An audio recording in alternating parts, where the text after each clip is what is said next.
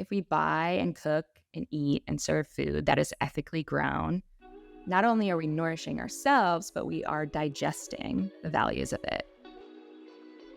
Hi, everyone. Welcome to the Alchemie Podcast. I'm your host, Dana Davis. The Alchemie Podcast explores a happier and healthier future for all. Featuring conversations with thought leaders, scientists, and change makers, we'll explore topics at the intersection of individual wellness, social equity, and sustainability. Join us as we look to bridge the gap between personal, community, and planetary well-being. Let's dive in. We are so excited to be here today to welcome you all to the Alchemie Podcast, our first ever episode, and I couldn't be more thrilled to have my dear friend, Emma Cunningham, be our first guest. Emma Cunningham is a certified nutritional therapy practitioner, student of clinical herbalism, writer, and world traveler. She runs a functional nutrition medicine practice to help others address the underlying root causes of their health concerns, just as nature intended, while honoring the body as one ecosystem. Emma also writes and contributes to various wellness brands and publications to cut through the noise of diet culture and deliver nutritional truth to her readers while advocating for more regenerative, natural, and equitable food systems. Guiding her deep belief that our bodies are not separate from the natural world and that the health of our planet and the quality of our food are extremely catalytic in our well-being. She's also one of my dearest friends here in Los Angeles, so I couldn't be more stoked to have her here with me to do a little chit chat on this topic of nutrition and holistic wellness. So without further ado, hi, Emma. Hi, thanks for having me.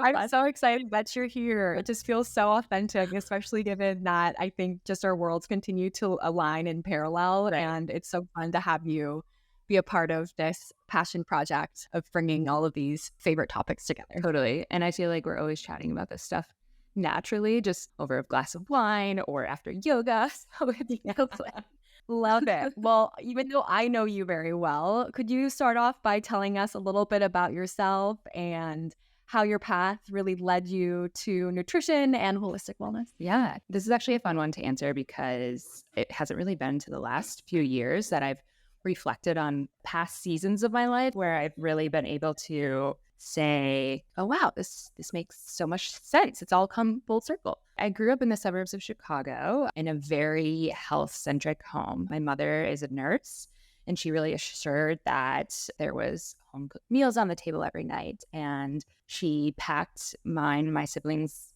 healthy lunches every day and assured that we were involved in sports and spent time outside rather than in front of the TV. As we kind of got older into our teenage years, it kind of became pretty obvious that even though we were all very physically well, a close family member of mine really began to suffer from some mental health issues. And watching that all kind of happen to a loved one from a very young age, and really during a time like the early 2000s when mental health issues were kind of taboo, it all really, really affected me. That family experience eventually led me to discover yoga when I was about 17, which helped me process a lot of that. But what really, I would say, kind of eventually led me to really kind of overcome that experience was living and traveling abroad completely on my own for just shy of 3 years. I spent months at a time in places like East Asia and India and North Africa, the Caribbean. So cool. All over Europe. And mostly what I noticed about these places is that they're so overpopulated, so over-touristed, drowning in pollution, like air, water, and land. And so I kind of shifted my travels at the time to focus a lot more on conservation work, which, led me to participating in like WWOOFing, which is worldwide opportunities on organic farms. Really began kind of connecting the dots between what we eat and how it affects the planet. And as you know, especially with the work you do, it's kind of like a domino effect. Once you know these things, you can't really unknow them, and it kind of continues to unfold from there. So I finally returned to the States and settled into Los Angeles, and where I met you. I think it was like the first or second week that you were even in LA that we met, right? I feel like you were so fresh. It was very early on. And yeah, I kind of came here really looking to bridge my passions of traveling and mindfulness and the planet all together, and found that answer to be food. And in 2021, I returned to school really during the heart of the pandemic to become a nutritional therapy practitioner via the Nutritional Therapy Association. Fast forward to now, I run a virtual functional nutrition practice focusing on nutrient dense, properly prepared whole foods, and a lot of natural remedies while honoring the body as one ecosystem. But I would say the bread and butter, well, no pun intended. I, I love that so much. Bread and butter of my practice is writing and contributing to various wellness brands, publications, kind of to cut through the noise of diet culture, for one, which is in LA, we're kind of so surrounded with. And then also kind of to give like nutritional truth to a larger audience. And I feel like within the nutrition space, there's a lot of confusion and contradictions, within like alcohol can be good for you, or, no, you should stay away from alcohol, or you should cut down on carbs, or no, carb is a macronutrient and your body needs carbs. And, there's just a lot of contradictions as research develops, et cetera. But above all, I would say I'm a very passionate steward of the planet. And lately I've been collaborating with like-minded organizations that advocate for more than just regenerative nutrition, equitable food systems, which has really been super rewarding for me to kind of help tackle the issue of poor nutrition in the States, like head on. Love that. I mean, it's funny. I've actually never heard you say this whole story, but I feel like I've kind of known bits and pieces of it from knowing you over the past 5.5 years. Yeah. So even for myself, it's really fun to hear you tell your story. But one of the things that first came up for me as you're kind of talking was this gap in nutrition education and the importance of nutrition education. Like, as you alluded to, whether you're traveling abroad or you're here in LA, we're like almost over inundated with information. I guess I'm just curious, like, what's your perspective and the importance of nutrition education? I really didn't understand the power of food until, I went back to school and became a nutritionist. But now I know that whatever you put into your body also, feeds the rest of you. So your mind, your spirit, and the yogi in me would say that goes vice versa. Whatever you feed your mind with can also affect you physically. And when you take care of one, the mind, body, or spirit, all three of those things benefit. And I think really wholeheartedly that how we eat is how we live. And the second you kind of figure out how to eat for your unique body, so much falls into place. But diet culture, again, going back to that, makes that so confusing and so exhausting to figure out, how to eat for your unique body. For me, I feel like I've had so many gut issues over the years, and it's been so hard to try to stick into one regimented box that, so many people have. Are you vegan? Are you paleo? Are you gluten-free? And I feel like it took me so long to get in tune with like just intuitive eating versus trying to follow one of these boxes that industry is kind of putting onto nutrition. Yeah, it's so true. I mean, like, and everybody is so different. Even identical twins don't have the same gut microbiome. I think if I were to kind of sum up what everyone should be focusing on when it comes to nutritional wellness, it's to eat seasonally and locally and eat real whole foods. So this means if you, live in Montana and it's February, you shouldn't be eating like peanuts, pineapple and peaches. I'm glad you knew what I was going for. Yeah. So you should, like, that's not abundant for a place like Montana and in February. So, it's not nutritionally ripe and available to you. So I would also say to slow down and listen to your body, kind of like what you talked about, intuitive eating. If you know that, having massive, spicy, oily bowl of pad thai for dinner makes you feel like you're hungover the next morning. I'm talking about night market on LinkedIn. But sometimes it's worth that hangover, Your body is saying to you, hey, like, this isn't fueling or nourishing me, and now I feel like trash. It's important to listen to your body and honor and recognize that. Of course, I'm not saying, give up all tasty and delicious food when, it's a Saturday night and you're out to dinner with your friends, but listening to your body and its cues on what it likes and doesn't like is important. I would also say moving your body intuitively based on what your body is craving and what you enjoy spiritually, emotionally, physically. For me and you, I know that's yoga. Moving your body in a way that it hates can cause a lot of inflammation, can cause a lot of gut and hormone and health issues.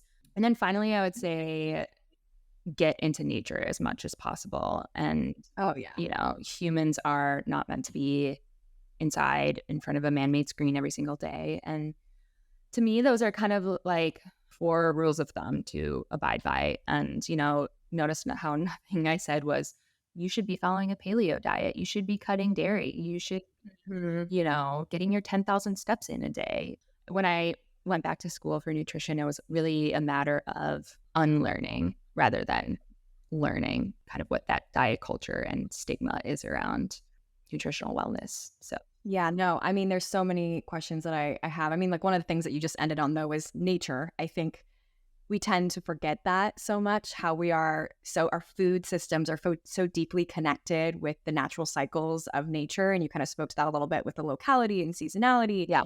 And so I think that's a big piece that so many of us have lost. Kind of like guides me into another question that I had for you, which is really around the culture and mindset that we have in the US. What would you say that culture is for people to thrive here? Obviously that we have some challenges and there might need to be some changes for us to improve upon that mindset and culture. Totally. I think that Americans prioritize convenience over health always. Mm-hmm. You really see this like back in the 1950s when the frozen dinner was brought to light and heavily marketed and used throughout American homes as eat in front of your TV. And, it's convenient for a stay-at-home mom to just pop in a frozen dish to the microwave or whatever. And, now a few seconds on your smartphone and Uber can deliver a burrito to your doorstep. And you can pull off the freeway and go to a drive-through and have chicken nuggets in a matter of 5 minutes. And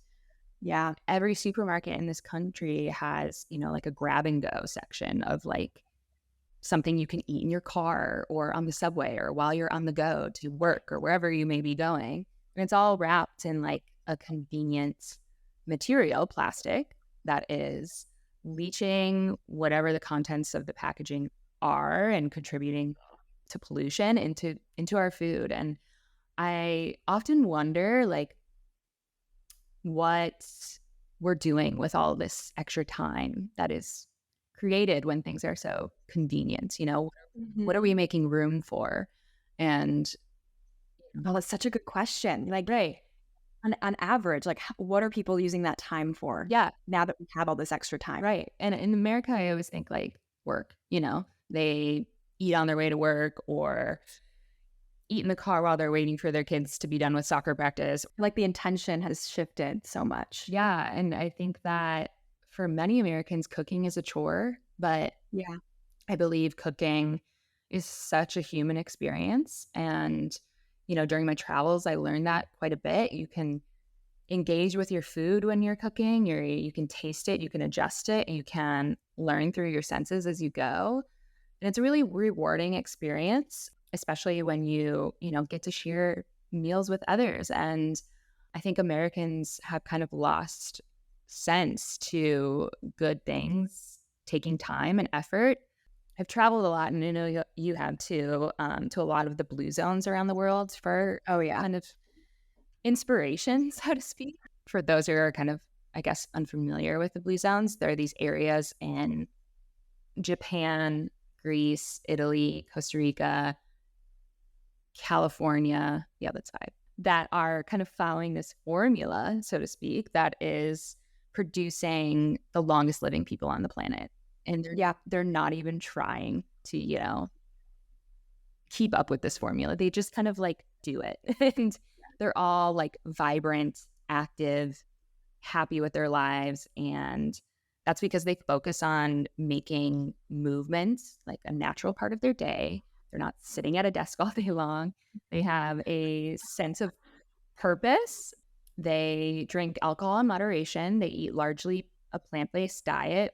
but also some animal protein that is ethically caught and raised and cooked. When the community is all acting collectively in a healthy way, it eventually inspires others who are associated with them to do the same. So yeah, no, I highly recommend our community here who haven't really heard about the blue zones to check them out. You're so spot on. What's like really beautiful about these communities is nothing is in excess and everything is so moderate and led by the land and by the community. yeah, And yeah, I think it's something that our modern US culture is really lacking today. It's really hard for us not to address equity and access when we talk about these things, right? Because it's really easy for people, in certain socioeconomic backgrounds to be able to go and purchase organic foods or shop at, expensive retailers. Or if you live in certain parts of the US, you have access to more things all times of the year. So I don't know. I'm just like curious your point of view on access and equity as part of this conversation. I hear kind of this trendy verbiage in the nutrition space so much. And a lot of us practitioners throw it around. And it's this kind of this phrase that they can help you, we can help you get to the quote unquote root cause of your digestive systems, your PCOS, your skin issues, your SIBO, whatever it is you're dealing with. And sometimes I question it because I personally believe that the root cause of people's health issues is the access to healthy, organic, whole foods. Not everyone in this country has the ability, like you said, an opportunity to grow and consume organic, affordable, culturally significant foods. This is causing a national health problem. What's cheap and abundantly available and accessible and quite frankly really sad is processed foods.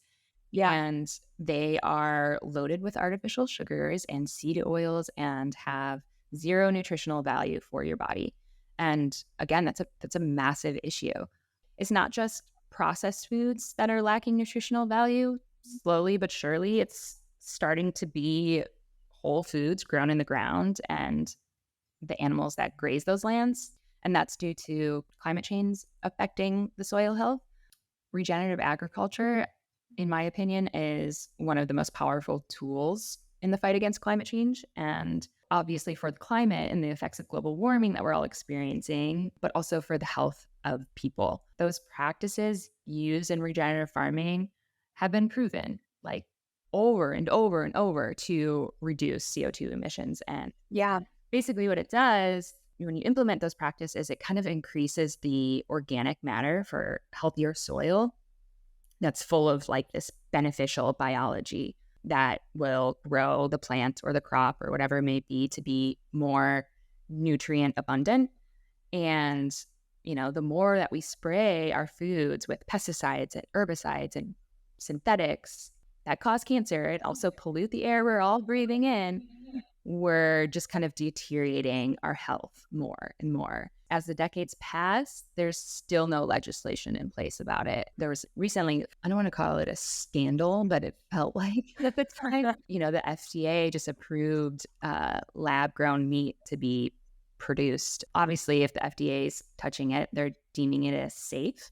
I don't know about you, but I don't care to ingest lab-grown meat or really lab-grown anything. Yeah, I was going to say too, what's really interesting about the regenerative movement, which we'll definitely find folks to speak on this podcast at a later date, but more about that in detail. But there's such a people angle to it as well. I know, like, even when you think about pesticides being sprayed, like, think about the effects on the health of the communities locally. Yeah. I know that someone near dear to me was recently diagnosed with Parkinson's. And what's really interesting, there's all these studies that show that Parkinson's is so deeply related back to, or that people who have lived in communities rather that have been sprayed traditionally by, big agriculture, a lot of times they see Parkinson's coming out of those communities, which is really heartbreaking that we're honestly poisoning our bodies and our communities without even realizing it. So I think to your point, policy is going to be ever so critical as we move into this next transition of a more regenerative and sustainable future together. Very well said.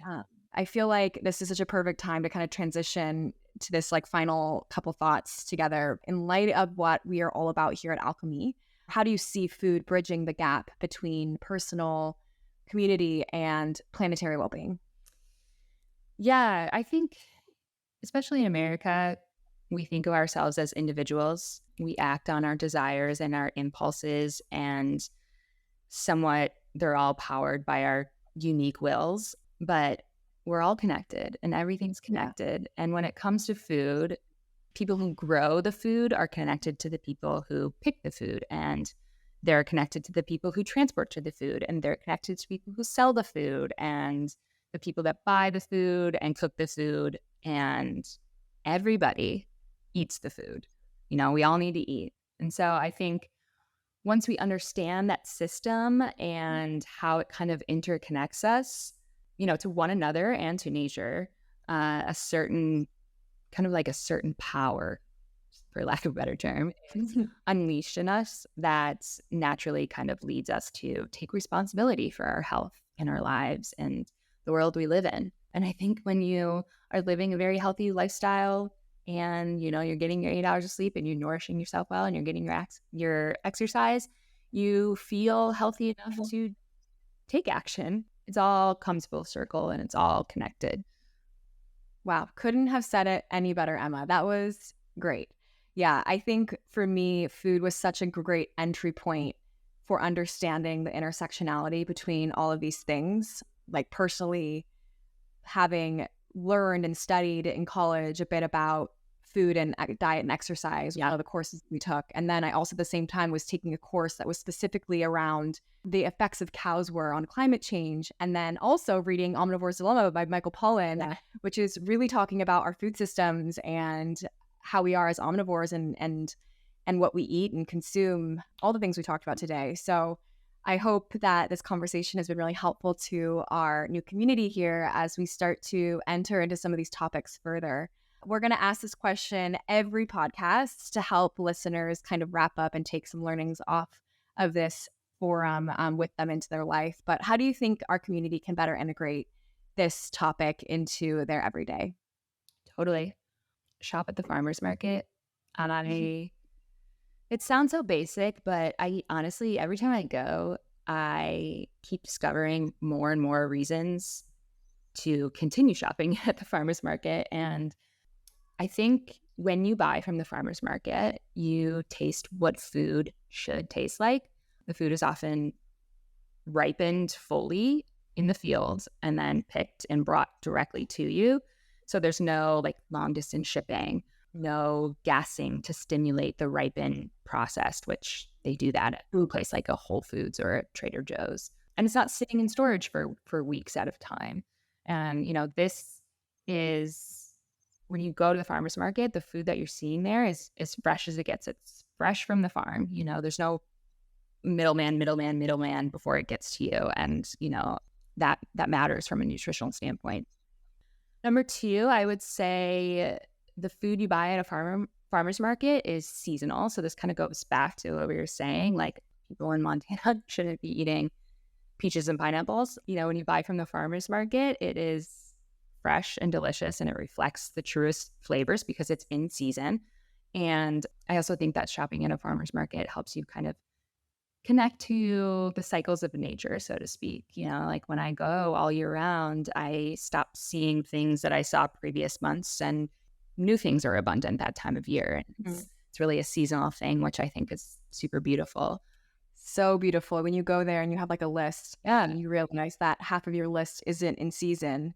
Right. You don't even realize it until you go to a farmer's market and you're like, wait, I can't buy these things right now. Yeah. Because they actually aren't growing right now. Right. So yeah. And number three, I would say you support the family farmers rather than, massive conglomerates like a Whole Foods or Trader Joe's. Large agro business dominates food production in the US, and small family farms have kind of a massive difficulty competing with the food marketplace. So buying directly from farmers gives them a fighting chance in today's economy, especially now as inflation is through the roof. Number four, I would say you reduce your carbon footprints because food in the US travels an average of I think 1,500 miles just to get to your plate.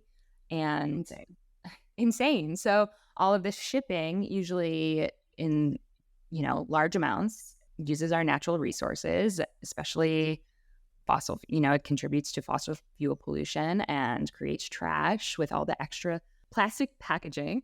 And then the last one I will say, from a nutritional standpoint, you will nourish yourself so much more. Food found in the grocery store is highly processed and grown using, again, pesticides or hormones, antibiotics. I shouldn't say it's all, but most of it is genetically modified.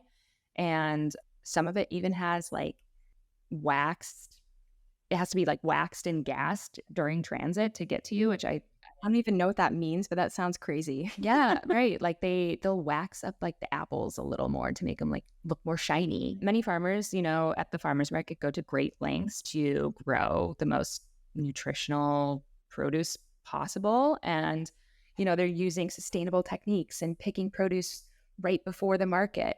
Yesterday I was at the farmers market and I heard this guy selling his peaches and he was like, we picked them 15 hours ago.